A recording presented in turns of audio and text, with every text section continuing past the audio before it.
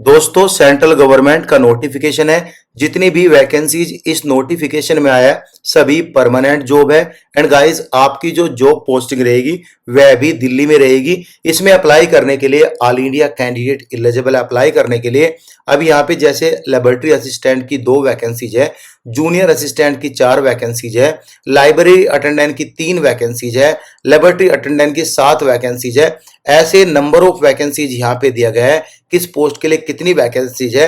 हालांकि director and librarian के लिए फ्रेशर कैटेगरी कैंडिडेट एलिजिबल नहीं होगा अप्लाई करने के लिए। बाकी सभी में फ्रेशर कैटेगरी के कैंडिडेट एलिजिबल है अप्लाई करने के लिए। ये जो वैकेंसीज आई है शिवाजी कॉलेज की तरफ से आई है। एंड गाइज ये एक यूनिवर्सिटी ऑफ दिल्ली का कॉलेज है जो कि गवर्नमेंट कॉलेज है। इसमें आप ऑनलाइन अप्लाई कर सकते हैं। 12 मार्च 2026 को ये नोटिफिकेशन आउट हुआ था और सभी नॉन टीचिंग पोजीशन है। एंड गाइज यहाँ पे लिखा है ऑन परमानेंट बेसिस, यानी परमानेंट जॉब आपकी रहेगी। एंड गाइज जो इसकी लास्ट डेट है 26 मार्च 2026 इन वैकेंसीज की लास्ट डेट है।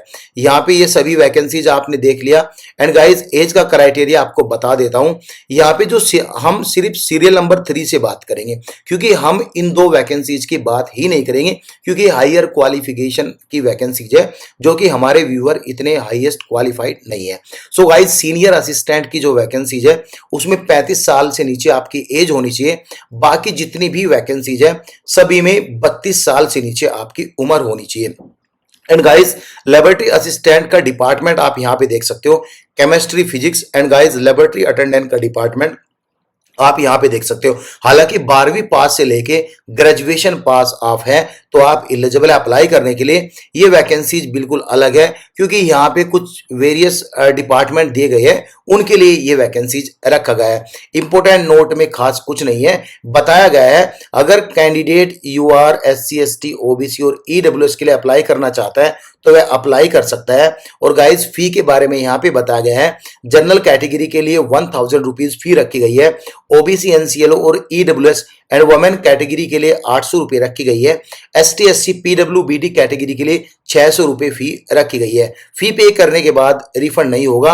आप इन दोनों वेबसाइट पे जाके ऑनलाइन अप्लाई कर सकते हैं। अगर आपको लिंक नहीं मिल रहा है तो टेलीग्राम को ज्वाइन कर लो, वहां पे नोटिफिकेशन लिंक आपको मिल जाएगा।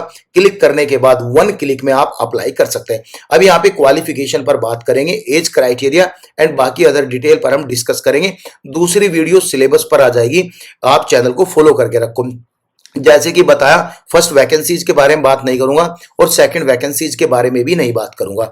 एंड गाइस नंबर 3 वैकेंसी जो कि सीनियर असिस्टेंट की है, पे लेवल 6 की सैलरी मिलेगी। चूंकि दिल्ली एक हाईएस्ट TPA सिटी है, ज्यादा सैलरी आपको मिलती है। उम्र जो रहेगी 35 साल से नीचे रहेगी। इसकी जो लास्ट डेट है 26 मार्च 2026, उससे आपकी उम्र की गणना की जाएगी। क्वालिफिकेशन में बैचलर डिग्री मांगा है और 3 साल का आपके पास एक्सपीरियंस है एज एन असिस्टेंट का पे लेवल 4 का, तो आप अप्लाई कर सकते हैं। यहाँ पे 2 क्राइटेरिया, अगर आप किसी प्राइवेट ऑर्गेनाइजेशन में काम कर रहे हो तो आपके लिए 2 क्राइटेरिया है। पहला क्राइटेरिया तो ये होता है कि आप जिस कंपनी में काम कर रहे हो उस कंपनी का टर्नओवर साल का 200 करोड़ से ऊपर का होना चाहिए। अगर 200 करोड़ के ऊपर का नहीं है, सेंट्रल गवर्नमेंट रूल 2019 ये बोलता है कि अगर 200 करोड़ के ऊपर का नहीं है, क्योंकि ये रूल जो है 17 का है, ठीक है। 19 ये बोलता है, जब न्यू अपडेट आया तो उसमें लिखा था कि अगर वह कंपनी जो इंडियन स्टॉक एक्सचेंज सेबी करके है या फिर जो अपना स्टॉक एक्सचेंज या शेयर मार्केट है उसमें रजिस्टर है तो आप जब भी एलिजिबल है, ठीक है। सेमी प्रोफेशनल असिस्टेंट के लिए उम्र 32 साल से नीचे और यहाँ पे master degree in library science and information science में मांगा है तो आप एलिजिबल है without any experience. It means fresher category का कैंडिडेट एलिजिबल अप्लाई करने के लिए। अगर आपने bachelor degree in library and information science से किया है और आपके पास यहाँ पे करीबन 2 ईयर का एक्सपीरियंस है तो आप जब भी एलिजिबल हो। मास्टर डिग्री में एक्सपीरियंस देने की जरूरत नहीं है और बैचलर डिग्री में 2 साल का एक्सपीरियंस है। लेबोरेटरी असिस्टेंट के लिए बात करेंगे, 32 साल से नीचे आपकी उम्र है। तो आप एलिजिबल है यहाँ पे अप्लाई करने के लिए। एसेशनल क्वालिफिकेशन में bachelor degree with minimum 2 year working experience in maintenance experience scientific instrument in library में आपके पास है तो आप एलिजिबल है। यहाँ पे प्राइवेट का भी एलिजिबल होगा। जूनियर असिस्टेंट के लिए फ्रेशर कैटेगरी का कैंडिडेट एलिजिबल अप्लाई करने के लिए। इसमें भी उम्र आपकी 32 साल से नीचे होनी चाहिए। और गाइस एसेशनल क्वालिफिकेशन बैचलर डिग्री यहाँ पे मांगा है, किसी भी तरह का कोई सर्टिफिकेट आपको नहीं देना है। ओनली 1 बैचलर डिग्री से आप एलिजिबल हो जाओगे अप्लाई करने के लिए। लेकिन यहाँ पे आपको अपनी टाइपिंग स्पीड मेंटेन करनी है, जो कि 35 वर्ड पर मिनट आपकी इंग्लिश में होती है और गाइस 30 वर्ड पर मिनट आपकी हिंदी में होती है। दोनों में से आपको एक में टाइपिंग करनी है। एंड गाइस प्रोफिशिएंसी तो आपका कंप्यूटर ऑपरेशन में ऑटोमेटिक हो जाएगा, लेकिन सर्टिफिकेट आपको कैसा भी नहीं देना है। लाइब्रेरी अटेंडेंट के लिए बात करेंगे, पे लेवल 1 की सैलरी मिलती है। उम्र 32 साल से नीचे होनी चाहिए। उम्र जो आपकी काउंट होती है वह इस वैकेंसीज की लास्ट डेट 26 मार्च 2026 से काउंट होती है। इसमें यहाँ पे आपने 12वीं पास किया है और 12वीं के साथ साथ एक certificate course in library science का किया है तो आप एलिजिबल अप्लाई करने के लिए। एंड गाइस यहाँ पे लेबोरेटरी अटेंडेंट में 32 साल से नीचे आपकी एज और पे लेवल 1 की सैलरी रहेगी। इसमें 12वीं साइंस साइड से आपने किया है तो आप एलिजिबल है अप्लाई करने के लिए। अगर 12वीं साइंस से नहीं किया या आर्ट से किया या फिर 10वीं पास है तो 10वीं या 12वीं अदर स्ट्रीम के साथ साथ आपके पास लेबोरेटरी टेक्नोलॉजी और आईटीआई रिलेवेंट डिप्लोमा कोई स्किल सर्टिफिकेट प्रोग्राम भी होना चाहिए। कुछ होना चाहिए मतलब 10th के बाद अगर आप अप्लाई करो कुछ होना चाहिए।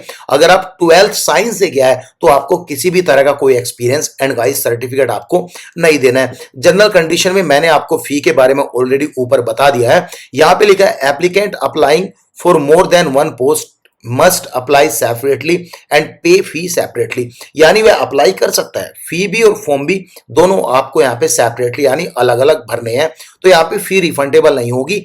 एज का रिलैक्सेशन यहाँ पे बताया गया है कि government department and guys central government के अधीन आपका एज का कंसेशन की गणना की जाएगी। यानी सेंट्रल गवर्नमेंट एसटी एससी में जो 5 साल की छूट मिलती है वह दी जाएगी। एंड गाइस जो अदर कैटेगरी यानी ओबीसी को 3 साल की छूट मिलती है वह आपको दी जाएगी। इवन फाइनेंशियल ईयर का आपका सर्टिफिकेट होना चाहिए। बाकी खास कुछ इंफॉर्मेशन मुझे नहीं लगा आपको बताने के लिए, इसमें कुछ इंपॉर्टेंट है। जल्दी ही सिलेबस की वीडियो हम इस चैनल पर डाल देंगे, चैनल को फॉलो करके रखो।